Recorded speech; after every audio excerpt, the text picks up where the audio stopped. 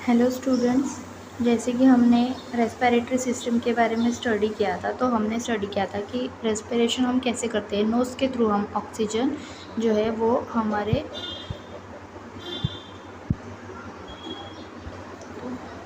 Nose के through हम जो है वो ऑक्सीजन हमारे नोज़ से हमारे फेरिंग्स में आता है, फेरिंग्स से हमारे लैरिंग्स में आता है, लैरिंग्स से हमारे ट्रैकिया में आता है, और ट्रैकिया से आगे जाके वो डिवाइडेड होता है हमारे ब्रोंकाइज में। ओके, जहाँ पे हम यहाँ पे देख रहे हैं, यहाँ पे जो ये दोनों है, ये दोनों एक एक लंग्स में जा रहे हैं।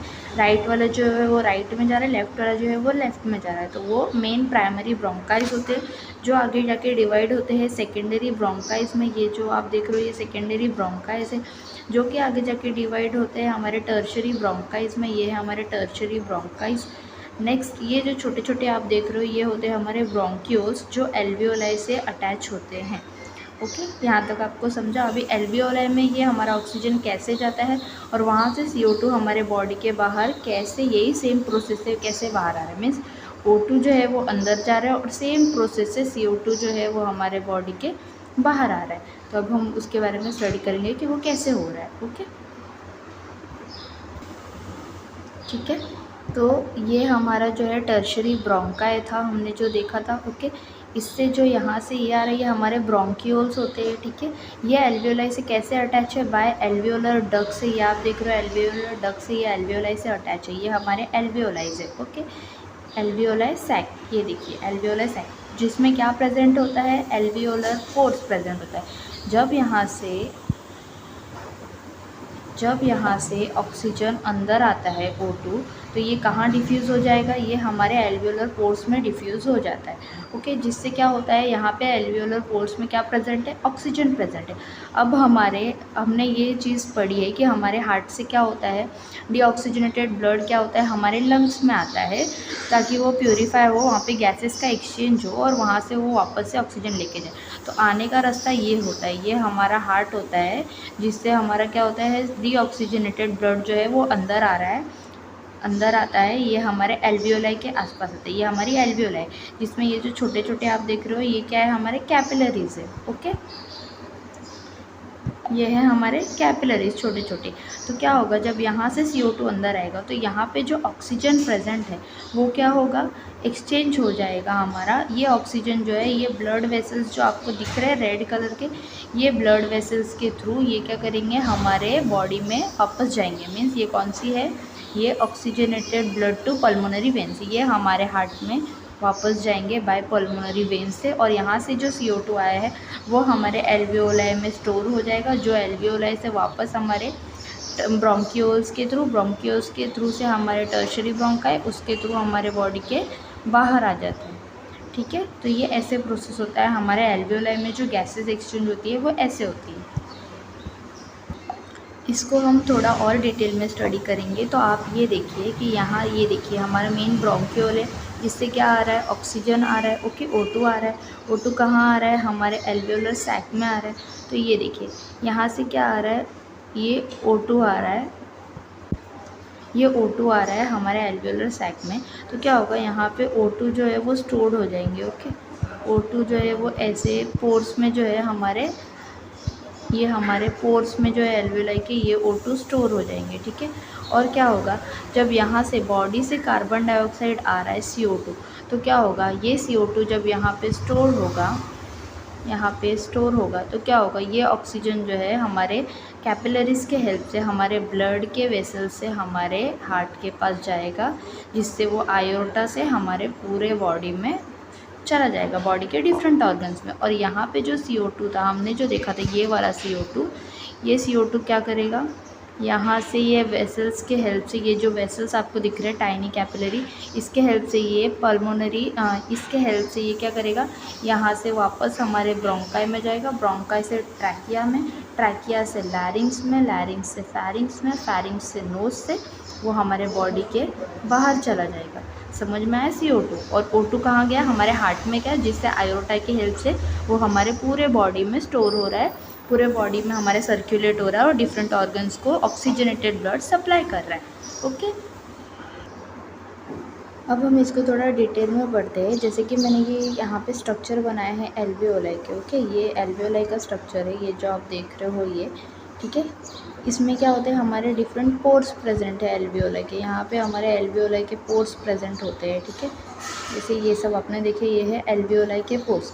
तो क्या होगा, जब यहाँ से ऑक्सीजन अंदर आएगा, जब यहाँ से ऑक्सीजन अंदर आएगा तो क्या होगा, ये हमारे ये डिफरेंट कैपिलरीज के यहाँ से जो ऑक्सीजन अंदर आया है वो हमारे पोर्स में जाके सेटल हो जाता है। ओके, तो क्या होता है, पोर्स में जाके डिफ्यूज़ हो जाएगा। अब ये पोर्स में से जब ये जो टाइनी वेसल्स आप देख रहे हो, इसमें ये डिफ्यूज़ होगा, टाइनी ब्लड वेसल्स, जिसके थ्रू ये ब्लड वेसल के थ्रू क्या करेगा, हमारे बॉडी में जाएगा। ओके, बॉडी में जाएगा, जहाँ हमारे एक सेल को जिसकी ज़रूरत है ऑक्सीजन की, वो क्या करेगा, ऑक्सीजन को कंबाइन करेगा ग्लूकोज के साथ एनर्जी प्रोडक्शन के लिए, और वो फॉर्म करेगा एनर्जी और कार्बन डाइऑक्साइड। अब ये जो फॉर्म हुआ कार्बन डाइऑक्साइड है, ये जो फॉर्म हुआ है कार्बन डाइऑक्साइड, वो क्या होगा, उसी सेल के दूसरे रास्ते से, जो डीऑक्सीजनेटेड ब्लड वाला रास्ता होगा, उससे वापस वो वेसल्स के हेल्प से हमारे कैपिलरीज में आ जाएगा। ओके, ये हमारे कैपिलरीज के पोर्स में आ गया। अब पोर्स में आने के बाद क्या होगा, ये जो टाइनी वेसल्स है, इसके हेल्प से ये हमारे ब्रोंकाई में वापस जाएगा, ब्रोंकाई के हेल्प से टर्शियरी ब्रोंकाई में, वहाँ से सेकेंडरी ब्रोंकाई, वहाँ से प्राइमरी ब्रोंकाई, वहाँ से ट्रैकिया, ट्रैकिया से लैरिंग्स, लैरिंग्स से फैरिंग्स, और वहाँ से नोज से वो हमारे बॉडी के बाहर चला जाता है। और ऐसे ही यहाँ पे गैसेस का एक्सचेंज होता है। O2 यहाँ से कैसे, हमने देखा O2 यहाँ से कैसे अंदर आया, इस फॉर्म से अंदर आया, और CO2 हमारा इस फॉर्म से बॉडी के बाहर गया। Okay, clear. अभी हमने जो देखा वो क्या देखा, नोज़ है, नोज़ से क्या हुआ, हमारा ऑक्सीजन जो है वो नोज़ से आ रहा है, वो फैरिंग्स में गया, फैरिंग्स से वो लैरिंग्स में गया, लैरिंग्स से वो ट्रैकिया में गया, ट्रैकिया से वो प्राइमरी ब्रोंकाई में गया, वहाँ से वो सेकेंडरी ब्रोंकाई में गया, वहाँ से वो टर्शियरी ब्रोंकाई में गया, वहाँ से वो ब्रोंक्यूल्स में गया, ब्रोंक्यूल्स में जाने के बाद वो एल्वियोलाई में जाएगा। ओके, एल्वियोलाई में गया, वहाँ पे क्या हुआ, डिफरेंट जो कैपिलरीज जो थी, कैपिलरी में ब्लड था। ओके, ऑलरेडी ब्लड वेसल्स है वो, उसमें ये O2 मिक्स हो जाएगा। O2 मिक्स होने के बाद ये हमारे डिफरेंट टिश्यूज़ के पास जाएगा, मीन्स हमारे हार्ट के पास गया, हार्ट से ये डिफरेंट टिश्यू के पास गया, टिश्यू से ये सेल के पास जाएगा। सेल क्या करेगा, ये O2 यूज़ कर लेगा, और सेल क्या फॉर्म करेगा, वहाँ पे सेल फॉर्म करेगा CO2। अब ये जो CO2 फॉर्म हुआ, ये कैसे निकलेगा हमारे बॉडी के बाहर, ये CO2 जो फॉर्म हुआ ये वापस हमारे वेसल्स के हेल्प से एल्वियोलाई में जाएगा। ओके, एल्वियोलाई में जाने के बाद ये कैपिलरी के हेल्प से जो होगा वो ब्रोंक्यूल्स में जाएगा, ब्रोंक्यूल से ये टर्शियरी ब्रोंकाई, वहाँ से ये सेकेंडरी ब्रोंकाई, वहाँ से ये प्राइमरी ब्रोंकाई, वहाँ से ये कहाँ जाएगा, ट्रैकिया में, ट्रैकिया से लैरिंग्स, लैरिंग्स से फैरिंग्स, फैरिंग्स से नोज से ये हमारे बॉडी के बाहर चला जाएगा CO2। तो ये होती है वो साइकिल जो हमारे बॉडी में परफॉर्म हो रही है, और यहाँ पे ही गैसेस का एक्सचेंज, ये जो है यहाँ पे ही गैसेस का एक्सचेंज स्टार्ट होता है। ओके, समझ में आया आप लोगों को। अब हम देखेंगे हमारे डायफ्राम के बारे में। ओके, ये जो हमारा डायफ्राम एरिया होता है, जिसके ऊपर हमारे लंग्स सिचुएटेड होते हैं। ओके, तो हम जब इनहेल करते हैं और एक्सहेल करते हैं तो इसमें क्या चेंजेस होते हैं, हमारे लंग्स में क्या चेंजेस होते हैं, और हमारे इंटरकोस्टल मसल्स में क्या चेंजेस होते हैं। इंटरकोस्टल मसल्स क्या होते हैं, ये आप देख रहे हैं, ये रिब के बीच में जो मसल्स प्रेजेंट है, इसको ही हम इंटरकोस्टल मसल्स कहते हैं। ओके, तो अभी मैं आपको बताती हूँ कि इंटरकोस्टल मसल्स भी 2 टाइप के होते हैं। जो आप देख रहे हो इस साइड, ये जो है ये है इंटरनल, ये है एक्सटर्नल इंटरकोस्टल मसल। ओके, ये है एक्सटर्नल, और ये जो अंदर के साइड होते हैं ये होते हैं इंटरनल। ओके, तो समझ में आया, जो बाहर के साइड है स्टर्नम के पास है वो है एक्सटर्नल, और जो स्टर्नम के दूर है वो है हमारा इंटरनल। ओके, तो अब हम देखेंगे कैसे चेंजेस होता है जब हम एयर इनहेल कर रहे हैं, जब हम एयर को इनहेल कर रहे हैं तो क्या होगा हमारे। अभी हम एग्जांपल देखें बलून का, जब हम बलून में कोई एयर डालते हैं तो बलून कैसे होता है, फूलता है। ओके, बलून क्या होता है, एक्सपांड होता है। वैसे ही हमारा रिब केज भी एक्सपांड होता है, क्योंकि वो भी एक बलून के जैसे ही वर्क करता है। Okay, rib cage expand as rib muscle contract. Rib cage जब एक्सपांड होते हैं तो रिब के जो मसल्स होते हैं वो कॉन्ट्रैक्ट होते हैं। ओके, समझ में आया। और हमारा लंग्स भी फूल जाता है। तो जब लंग्स फूलता है तो वो नीचे की तरफ आने लगता है, तो डायफ्राम जो होता है वो नीचे दबने लगता है। ओके, समझ में आया। तो यहाँ पे आप डायफ्राम का शेप देखिए और यहाँ पे डायफ्राम का शेप देखिए। ओके, डायफ्राम भी फूलने लगता है। तो इन्हेलेशन के टाइम पे क्या होता है, डायफ्राम कॉन्ट्रैक्ट होता है नीचे की तरफ और हमारा जो लंग्स होता है वो बाहर की तरफ फूलता है। समझ में आया आपको? ये देखिए बाहर की तरफ फूल रहा है ना हमारा लंग्स, ठीक है। अब हम एक्सहेलेशन के टाइम देखेंगे क्या होता है। अभी क्या होगा, एक्सहेलेशन के टाइम पे हमारा जो एक्सहेलेशन के टाइम पे क्या होगा, हमारा डायफ्राम जो है वो अपर के साइड में मूव करेगा, मूव्स अप। और क्या होगा, हमारा जो रिब केज है वो क्या होगा, रिलैक्स होगा। मीन्स रिलैक्स हो गया, ये अपने ओरिजिनल पोजीशन में आ गया। और यहाँ से हमारा जो लंग्स है वो भी क्या होता है, अंदर की तरफ आने लगता है, जिसकी वजह से क्या होता है, हमारा CO2 जो है हमारे बॉडी के बाहर चला जाता है। ओके, ये होता है एक्सहेलेशन का प्रोसेस। मीन्स इसमें क्या क्या चेंजेस होता है, हमारा डायफ्राम जो है वो इनहेलेशन के टाइम पे हमारा डायफ्राम, इन्हेलेशन के टाइम पे हमारा जो डायफ्राम है वो क्या होता है, नीचे की तरफ मूव होता है। एक्सहेलेशन की तरफ हमारा डायफ्राम अपर के साइड मूव होता है। रिब केज जो होता है वो हमारा स्मॉल हो जाता है एक्सहेलेशन के टाइम, और रिब केज जो होता है हमारा एक्सपांड होता है इन्हेलेशन के टाइम पे।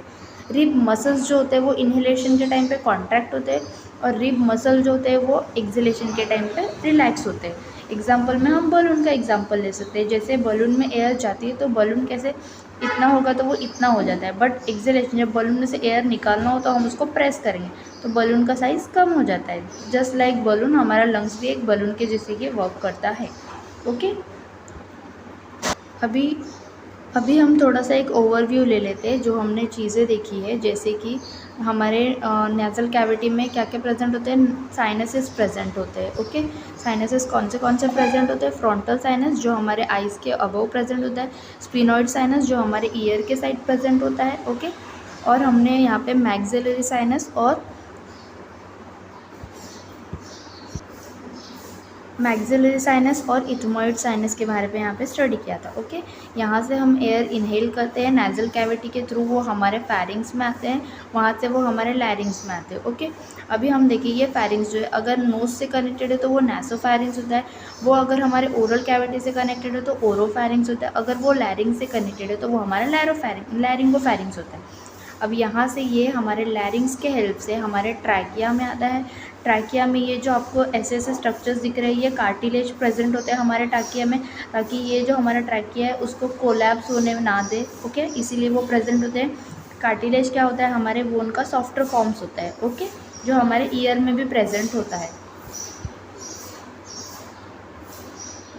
ठीक है, अभी हम देखेंगे ट्रैकिया से आया, ये हमारे ब्रोंकाइज में आता है। हमारे दोनों लंग्स में एक एक मेन प्राइमरी ब्रोंकाइज जाते हैं। ओके, जो कि आगे जाके डिवाइड होते हैं सेकेंडरी ब्रोंकाइज में, आगे जाके डिवाइड होते हैं टर्शियरी ब्रोंकाइज में, और आगे जाके डिवाइड होते हैं ब्रोंक्यूल्स में।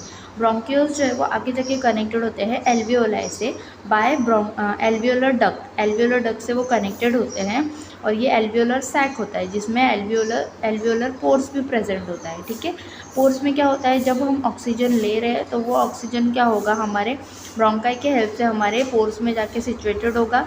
पोर्स के थ्रू वो क्या होगा, हमारे यहाँ पे कैपिलरीज प्रेजेंट होते हैं डिफरेंट, वो कैपिलरी के थ्रू हमारे ब्लड वेसल्स में जाता है, और ब्लड वेसल से वो हमारे बॉडी में जाता है।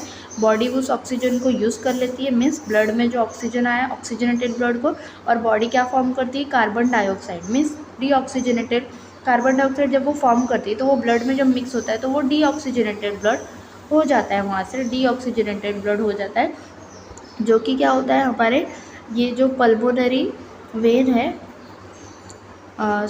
ये जो पल्मोनरी आर्टरी है उसके थ्रू हमारे एल्वियोलाई में आता है। एल्वियोलाई से वो एल्वियोलर डक्ट में स्टोर हो जाता है। ओके, फिर वहाँ पे वो क्या होता है, कैपिलरी के हेल्प से हमारे ब्रोंकाई में आता है, ब्रोंकाई से वो ब्रोंक्यूल्स में आता है, ब्रोंक्यूल से टर्शरी ब्रोंकाई, टर्शरी से सेकेंडरी, सेकेंडरी से प्राइमरी, प्राइमरी से वापस सेकेंडरी से प्राइमरी, प्राइमरी से वापस ट्रैकिया, ट्रैकिया से लैरिंग्स, लैरिंग्स से फैरिंग्स, फैरिंग्स से हमारे नेज़ल कैविटी से वो हमारे बॉडी के बाहर चला जाता है।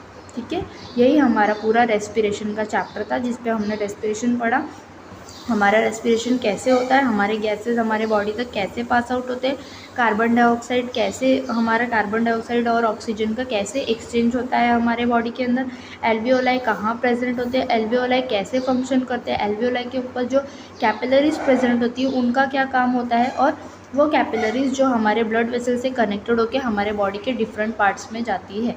ओके, ये सारी चीज़ें हमने इस लेसन में पढ़े अभी। आई होप आपको समझ में आ गया होगा। ठीक है, थैंक यू।